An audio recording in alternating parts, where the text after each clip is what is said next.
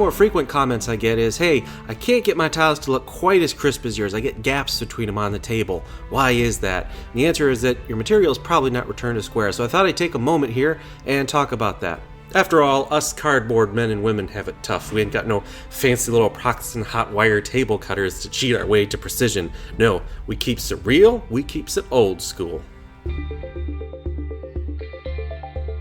To be clear, here's the issue that I get asked about. You make some tiles and then you find that there's gaps. Now, the root of the problem is usually one of two things. Either you have a bulge in your corrugation cladding, or your foundation wasn't square.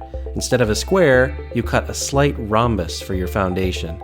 To mitigate this, ensure that your material itself is square before you start measuring and cutting up. So you got a slab of corrugated cardboard here. Could be any material, I'll do some foam board in a moment, but anyway, corrugated cardboard from your scrap pile. No idea if it's square. Notice that you can see the ridges of the corrugation through the paper on one side.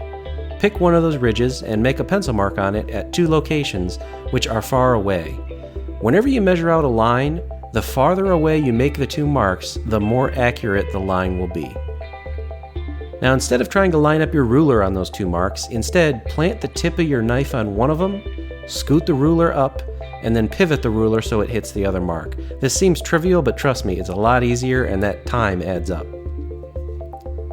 Anyways, cut through it, multiple passes for corrugated cardboard. Now we have one known perfect edge, and we need to draw a perpendicular line. So, use a square like a carpenter square or a speed square, heck, anything will do, a CD case, even a sheet of printer paper, anything you know has a factory perfect 90-degree angle will work. Just touch the edge of the material with your fingers and slide the object up so it touches, and you'll be able to feel when it's flush with the edge. Then, draw the perpendicular line and use your ruler to guide the cut. Now you have a factory perfect 90-degree corner, two perfect edges. So whenever you measure out something, like perhaps tile foundations, always measure from those two edges. Ignore the other two. Also, if you know you're going to be cutting a lot of pieces, measure all those lines at once and then cut. Don't cut a row of squares and then measure and cut another and measure and cut another. That's bad because if you have even a slight error like a subtle shift of your ruler or something, it will propagate. So no, measure out everything on the slab first, then cut it out. Here's a hunk of foam board, no corrugation on this, so I'm just going to pick anywhere. Pick one side, ideally near an edge, and cut. So this makes our first perfect edge. And just as before, use a square to draw and cut a perpendicular line. Always measure from your two factory edges. A good way to test how well you did is by feel. Here's two tile foundations, 2.5-inch squares.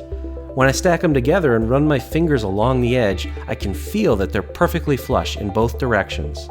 Then I rotate one of them 90 degrees and feel again. If they're still flush in both directions, then you know that they're square. Two other quick tips for quality precision cutting. Use a good amount of pressure to pin your ruler in place. Might be a little more than you think. If you still have problems, this might be it. It cannot move. That's crucial. Use multiple passes with moderate pressure. Don't try and cut through all at once. And pay attention to the angle of your knife relative to the table. Make sure you're not tilting it left or right.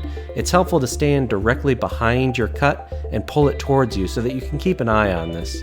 Hopefully all this was helpful to you, and keep it in mind for next episode because we're really going to need it. Please don't hesitate to hit that like button, subscribe, reminders, etc., etc. There is a link in the description below for my Amazon storefront. Easy, free way to support the channel if you want. Just buy your stuff through that link. And for all you 3D printers out there, Wyloch's Crafting Goods is sponsored by Heroes Horde, which has an excellent range of high-quality models, including but not limited to all TrueTiles lines, which are OpenLock compatible. Also, check out my modules over on the DMs Guild, and remember, $3 patrons get free copies of all my releases. If you liked this particular project, here's two more that you should go check out right now. Also, enjoy this month's community showcase. And don't forget to subscribe and click that bell reminder icon. I am Wyloch, thanks for joining me, and I'll see you next time.